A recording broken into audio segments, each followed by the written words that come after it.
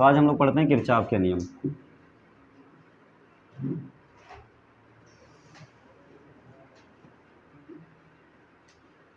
तो परिपथ संबंधित किरचॉफ के कितने नियम बने? 2 नियम है ना। विकिरण संबंधित भी नियम है किरचॉफ का, फर्स्ट ईयर में पढ़ा होगा ना। तो यहाँ पर कौन सा है? परिपथ संबंधित।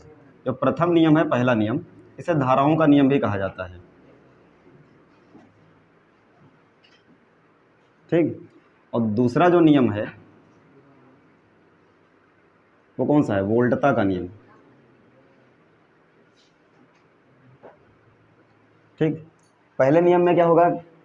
करंट पे डिस्कशन होगा, दूसरे पर भी होगा, लेकिन अंतर यह होगा कि पहले वाले नियम में खुले परिपथ पर बातें होंगी और दूसरे वाले में बंद परिपथ पर बातें होंगी। ठीक। ये नियम किस पर आधारित है? आवेश संरक्षण पर। किस पर? आवेश संरक्षण पर। संरक्षण। और ये किस पर है? ऊर्जा संरक्षण पर। ठीक। अब पहला नियम है क्या? नियम बाद में, पहले समझते हैं। देखो, जैसे अगर ये एक चीज़ सोचो कि मान लीजिए पानी इधर बहता हुआ आ रहा है, 10 लीटर पानी आ रहा है। ठीक। और आगे यहाँ पर 2 पाइप हम लगा दें ऐसे, बराबर बराबर मोटाई के, क्षेत्रफल मतलब बराबर हो, तो दोनों में पानी कितना कितना जाएगा? आधा आधा बढ़ जाएगा। मतलब इसमें कितना गया, इसमें कितना गया? 5 लीटर। ठीक। अगर कम ज़्यादा कर दे तो पानी कम ज़्यादा बढ़ जाएगा। लफड़ा कहाँ पर हुआ? इस पॉइंट पर। लफड़ा कहाँ पर हुआ? इसमें, इसी पॉइंट पे तो हुआ।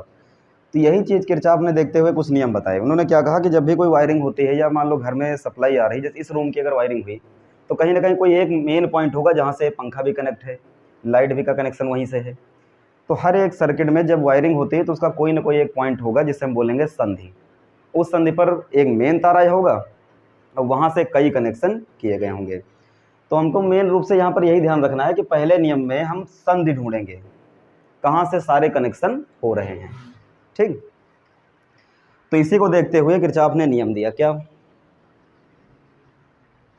जैसे अगर मान लो कि ये पॉइंट है, यहाँ पर कई तार कनेक्ट हैं,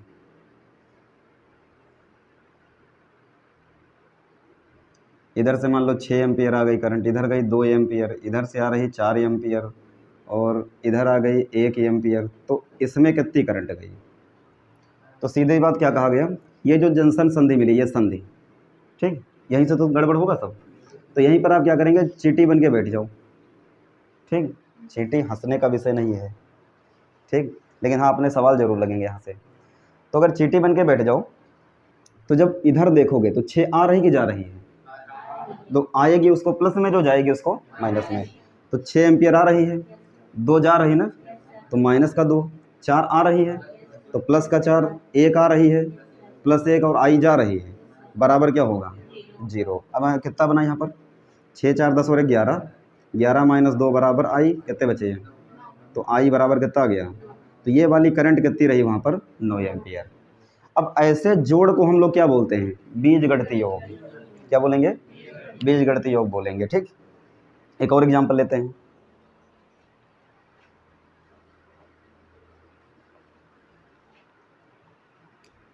जैसे अगर मान लो कि एक कनेक्शन यहाँ पर ऐसे होगा, ये एक संधि है, यहाँ पर कई तार जुड़े हुए हैं, यहाँ से मान लो 4 एम्पियर, इधर गई 2 एम्पियर, वापस आई 6 एम्पियर, इधर से आ रही 2 एम्पियर, इधर गई 5 एम्पियर, तो इसमें कितनी होगी? तो यही तो जंक्शन है। तो जो संधि आपको मिल जाए उसी पर क्या करना है? हाँ, चीटा बन के बैठ जाओ। अब चीटा बन के बैठोगे तो 4 एम्पियर आएगी तो प्लस में, 2 जाएगी माइनस की ना, हाँ 6 आ रही तो प्लस में, और 5 जा रही तो माइनस में, 2 आ रही तो प्लस में, आई जा रही तो बराबर कितना हो गया? 0। अरे इतना समझ पाए? 6 4 10, 10 और 2 और ये 5 और 7 बन गए, बराबर कितने आ गए? तो आई बराबर 5 एम्पियर। तो इसमें करंट कितनी जाएगी? ये पहला नियम किरचॉफ का है। ठीक। खुला परिपथ है, संधि का नियम है, धाराएं चल रही हैं, अगर समय t के साथ अगर धारा प्रवाहित होगी, भाई हम इसको क्या लिख सकते हैं? भाई सभी धाराएं, तो इसको अलग टाइप से देखते हैं। चलो ये लोग ये समझ गए ना चीज़ें। तो नियम क्या कहता है ज़रा देखो, ये तो हमने यूज करना सिखाया, ठीक।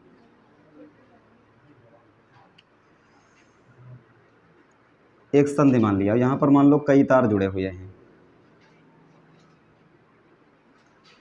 इसमें मान लिया I1, इसमें मान लो I2, इसमें मान लिया I3, इसमें I4 और इसमें कितनी मान लें, I5 मान लें। अगर यहाँ पर आप चीटी बन के बैठ जाओ तो कौन सी धारा आ रही है, I1, जा कौन सी रही है, और फिर आ कौन सी रही है, I3, जा कौन सी रही है, I4 जा रही है ना, और I5 आ रही है, बराबर कितना बन गया। अच्छा, इसमें जो माइनस वाले उनको ज़रा दूसरे साइड में ट्रांसफ़र करो, तो क्या लिख सकते हैं यहाँ पर, I1 plus I2 plus I3 बराबर क्या बना, I3, I5 होगा ना, चलो फिर से, I3 और I5 बराबर क्या बना, I2 I4। अच्छा, ये सभी धाराओं का जोड़ तो है, तो किरचॉफ का नियम क्या कहता है कि सिग्मा I बराबर 0, ठीक। इस प्रकार के जोड़ को कहा जाएगा बीजगणितीय योग। क्या बोलेंगे, तो नियम क्या कह दिया, नियम कहा गया कि किसी भी परिपथ के किसी संधि पर मिलने वाली समस्त धाराओं का बीजगणितीय योग सदैव शून्य होना चाहिए, ठीक। ये पहला नियम है। क्या कहा गया कि परिपथ के किसी भी संधि पर मिलने वाली समस्त धाराओं का बीजगणितीय योग सदैव शून्य होता है, ठीक। इसको देखो दूसरे टाइप से बना सकते हैं। ये इधर कौन सी धाराएं लिखी है, ये चित्र देखे बताओ, आने वाली धारा, इधर कौन सी, तो ये बन गई आने वाली धाराएं, ये कौन सी बनी, बराबर हैं, तो ये भी तो कह सकते हैं। हाँ, किसी परिपथ के किसी संधि पर आने वाली धाराओं का जोड़ बराबर, आने वाली धाराओं का जोड़ और जाने वाली धाराओं का योग हमेशा बराबर होता है। अब याद कर रखना है, बस ऐसे, आने वाली बराबर जाने वाली, याद रहेगा, आने वाली बराबर, नोट कर लीजिए। चलिए अगला देखते हैं। अब इस पर सवाल देखो कैसे कैसे। अभी वो सवाल लेते हैं जिसमें केवल धारा पर बात होगी, फिर वो सवाल होंगे जिसमें बैटरी इन्वॉल्व होगी, मतलब वोल्टेज होंगे, और वोल्टेज होंगे तो फिर प्रतिरोध का होना आवश्यक है, ठीक। जैसे एक सवाल अपने आप पूछा गया 2018 में भी आया, इस टाइप से था कुछ, 4 एम्पियर, 3 एम्पियर, 2 एम्पियर, 5 एम्पियर, और इसमें चलो आ रही है 1 एम्पियर। इसी टाइप से था, यहाँ कहा I1 बताओ, यहाँ पर कहा I2 बताओ, ठीक। क्या करा जाए, नियम क्या है, संधियाँ मिल रही कहीं, पहली संधि मिली, एक और संधि मिली, एक और संधि मिली, एक और संधि मिली, तो इसमें अलग अलग मत करिएगा। देखो करना क्या है, इधर से गत्ता रहा 4 एम्पियर, इधर से गत्ता, तो इस संधि पर कितने बन गए, 7 एम्पियर, 7 बना, और 7 यहाँ तक आएगी तो I1 7 हो गया, I1 कितनी बन गई, 7 एम्पियर। अब यहाँ तक 7, 2 मिल गया तो यहाँ 9 बन गई, 9 यहाँ तक, 5 गई, कितनी बची, 4, तो यहाँ तक 4 एम्पियर, और 1 मिल गई 5 एम्पियर, तो I2 बराबर 5 एम्पियर, ठीक। चूरन हो जाएंगे ना ऐसे सवाल। हाँ, तो क्या था यहाँ पे, इधर से देखा, जिधर से आ रही करंट वहाँ से चेक कर लो, फिर अगले साइड पे जाकर उतर जाइए, ठीक। इधर से कितनी 4, इधर से कितनी 3, तो 4 3 7, यहाँ तक 7, तो I1 7 हो गई, 2 मिल गई तो 7 2, यहाँ तक 9, 5 चली गई, बची कितनी 4, 1 मिल गई, कितने बने 5, ये बराबर कितनी हो गई 5 हो जाएगी। आज किसकी जयंती, गांधी जी की ना, और लाल बहादुर शास्त्री जी की होंगे, आलोक व्रत में पढ़ा होगा ना आपने। ये जो आइंस्टीन थे, फिजिक्स का सबसे महान वैज्ञानिक, आइंस्टीन, आइंस्टाइन ही वही, नहीं आने की बात नहीं है ये। जैसे गांधी जी ने जो जितने कार्य किए, इस कार्य को लेकर के वो इनको अपना आदर्श मानते थे, ठीक है। पहले थे, हाँ हाँ, नहीं तो हाँ, यही इसी बीच में तो थे वो भी तो, हाँ इसी बीच में थे भैया। सुने होगे ना कविता, दे दी हमें आज़ादी बिना खड्ग बिना ढाल, साबरमती के संत तूने कर दिया, बिना खड्ग हथियार किसी के भी देश की आज़ादी दिला दी। मोह माया नहीं टाइप का लेते हैं लोग। 2015 में पूछा भी गया। 6 वोल्ट मान लो, चलो 4 वोल्ट, इधर 2 वोल्ट, 2 ओम, 2 ओम, 2 ओम। करंट कितनी यहाँ से I1 I2, इधर कितनी गई I3। ठीक, अब इस सवाल में देखो, अरे बातें नहीं, इधर बैटरी वोल्टेज है सिरों की, तो वोल्टेज है तो प्रतिरोध भी है। अब करंट अगर आपसे पूछी जाए तो संधि मिल गई है, तो जहाँ संधि मिल जाए उस पर क्या मान लेना है, एक्स मान लो वहीं पर। हाँ वही चीटी बन के बैठ जाओ, यहाँ पर क्या मान लेंगे, एक्स। अब अगर I1 लिखना चाहो तो कैसे लिखोगे, I बराबर विभव का अंतर बटा प्रतिरोध, पोटेंशियल डिफरेंस करता है यहाँ पर 6 माइनस एक्स। क्यों, क्योंकि धारा का प्रवाह 6 से ही एक्स की तरफ, तो ज़्यादा कौन है 6, कम कौन है, तो 6 माइनस एक्स बटा प्रतिरोध कितना है 2। I2 कितनी बनी 4 माइनस एक्स बटा कितने 2। I3 कितनी हो गई x माइनस 2 बटा कितना आ जाएगा 2। इतना तो लिख सकते हो ना। अब यहाँ पर देखो, जब चीटी बन के बैठ जाओ तो आने वाली और जाने वाली बराबर कर लो। आने वाली कौन सी है I1, जहाँ और आने वाली I2, तो क्या लिख लेंगे I1 प्लस I2 बराबर I3। I1 की वैल्यू फिर कितना बराबर कितने। अब ऐसे ही क्वेश्चन 7th में पढ़े हो, एक चर राशि वाले सवाल है ना, 2 2 कैंसिल हो गया, क्या हुआ समझ में नहीं आया, 2 2 कैंसिल कर दिया जाए तो 6 और 4, तो इधर बन गए ये 10 और ये बन गए 2x बराबर x माइनस 2, इधर बने 3x, तो 12 बराबर 3x, तो x बराबर कितना आया 4 वोल्ट।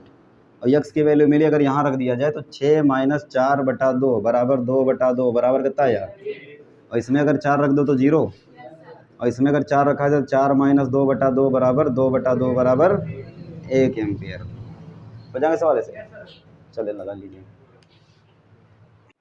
ये हुआ ना। और देखो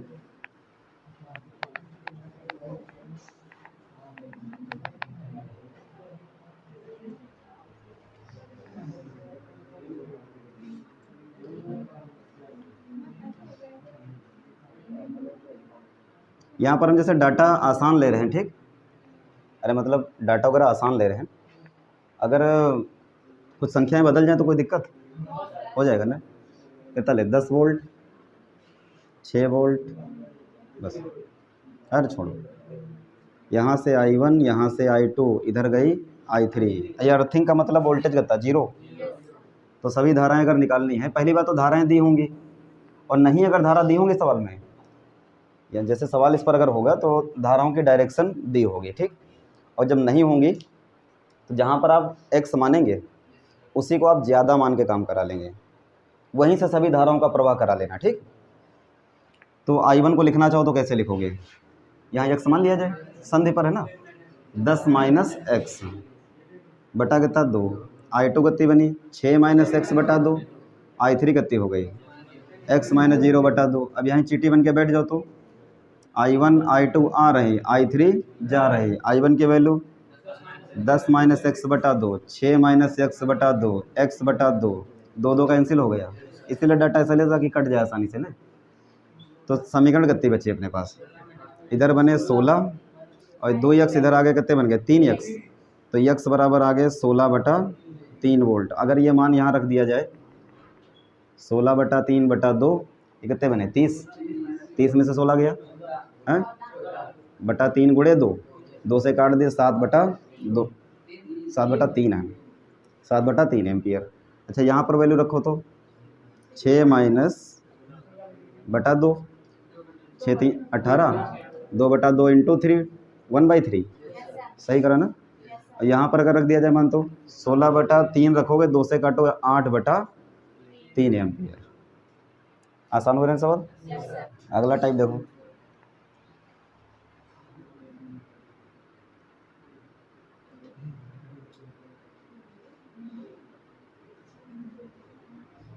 ए और बी, मतलब कोई हर जगह पे करंट निकालने हो जरूरी नहीं, ठीक, पोटेंशियल डिफरेंस भी निकालना हो सकता है। 2 ओम 4 ओम 6 ओम, मान लो करंट इधर से आ रही 2 एम्पियर, ये 10 वोल्ट है और ये 20 वोल्ट। हमने कहा कि इसमें VA माइनस VB निकालिए, ठीक, पोटेंशियल डिफरेंस निकालना किसके इसके अक्रॉस, A और B के अक्रॉस। तो सबसे पहला काम ये होगा, क्या लाना हो तो अपने आप से आ जाएगा। ठीक, कैपेसिटर में पढ़े थे ना ऐसे सवाल, कैपेसिटर में लगवाए थे। क्या था हमने बताया था, पहले बैटरी में चिन्ह लगा लेना। बैटरी में जो बड़ा डंडा होगा उसको ज़्यादा विभव पर और छोटा होता है उसको कम विभव पर। तो ये प्लस हो जाएगा और ये, तो इसलिए इस पर चिन्ह लगा लीजिए, प्लस और माइनस। इधर प्लस हो गया, इधर माइनस बन जाएगा। अब जितने डिवाइसेस होते हैं, जैसे मान लो ये प्रतिरोध लगा है, ठीक, तो जब धारा यहाँ से चलेगी, यहाँ से करंट जब बहेगी, तो हमेशा डिवाइस में धारा जाती है प्लस से माइनस और बैटरी में माइनस से प्लस। ठीक, युक्तियाँ जितनी होती, चाहे संधारित्र हो, चाहे इंडक्टर हो, चाहे प्रतिरोध हो, सब में धारा कैसे चलती है, प्लस से।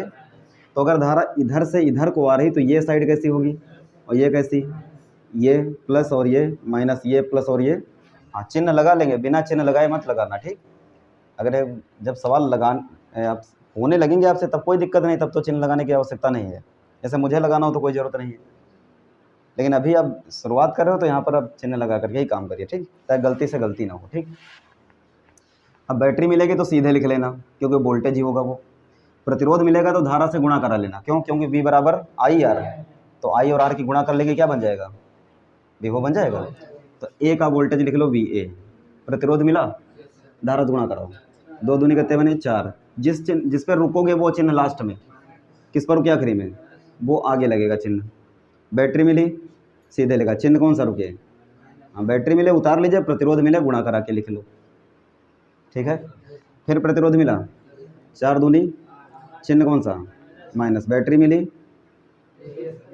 ना 20 वोल्ट, चिन्ह कौन सा, प्रतिरोध मिला, गुणा कराओ 12, चिन्ह कौन सा, बराबर करते हैं, हो जाएंगे ना सवाल। अब VA इधर ले आओ, बाकी सब इधर भेज दो। अच्छा, अगर इधर से लगाते तो क्या गलत हो जाता, देखो ये भी लिखो, प्रतिरोध है, धारा से गुणा कराओ, 6 दूनी 12, चिन्ह कौन सा लगा, अब इधर जा रहे हैं, बैटरी मिली सीधे लिखो, चिन्ह कौन सा, प्लस, प्रतिरोध मिला, गुणा करा दो, चिन्ह कौन सा, प्लस का, अरे उधर जा रहे हैं, बैटरी मिल गई, चिन्ह कौन सा, प्लस का, प्रतिरोध मिला, चिन्ह कौन सा, बराबर VA। अब ये इधर ले आओ तो VA माइनस VB बराबर इतना। और यहाँ पर क्या होता है, जब VB इधर लाते तो ये सब इधर लाते तो प्लस एक तो बन जाता। तो सवाल चाहे इधर से लगाइए चाहे इधर से लगाइए, हो जाएंगे ना। एक और सवाल देना ट्राई करो तुम, हाँ अजीबो गरीब आवाज़ निकालते हो, हैं परेशान तो नहीं हो गए, हाँ परेशान होने का मतलब क्या होता है, क्या हुआ ये 8 वोल्ट हो गया, 2 ओम, 1 ओम, 2 ओम। ठीक, और करंट इधर से ले लो उधर से ले लें, चिन्ह लगाना उसी के साथ जोड़ना। जैसे करंट यहाँ से जा रही है, चलो 2 ही एम्पियर की, पुल स्टॉप लग गया ना, ज़िंदगी में पुल स्टॉप लग जाए तो बेकार हो गई ज़िंदगी, ख़त्म हुई वहीं से। ज़िंदगी में प्रगति कर रहे हो तो फिर पुल स्टॉप नहीं लगने चाहिए, फिर क्या लगने चाहिए, कामा लगने चाहिए केवल। ठीक, जितने कामा लगते जाएंगे आप उतने प्रगति पर बढ़ते जा रहे हैं। ठीक है, और अगर फुल स्टॉप लग गया तो जो ग्रोथ हो रही थी वहीं पर स्टॉप लग गया। ठीक, हाँ ज़िंदगी बनानी है तो कामा पर ध्यान दीजिए। ठीक, जब कामा लगता है तो सेंटेंस आगे बढ़ा, हाँ तो सोच लीजिए, पहले पढ़ाई कर लीजिए, वरना कामा बहुत जल्दी लगेगा, सॉरी पुल स्टॉप बहुत जल्दी लगेगा फिर, और ये पुल स्टॉप बहुत ख़तरनाक होता है।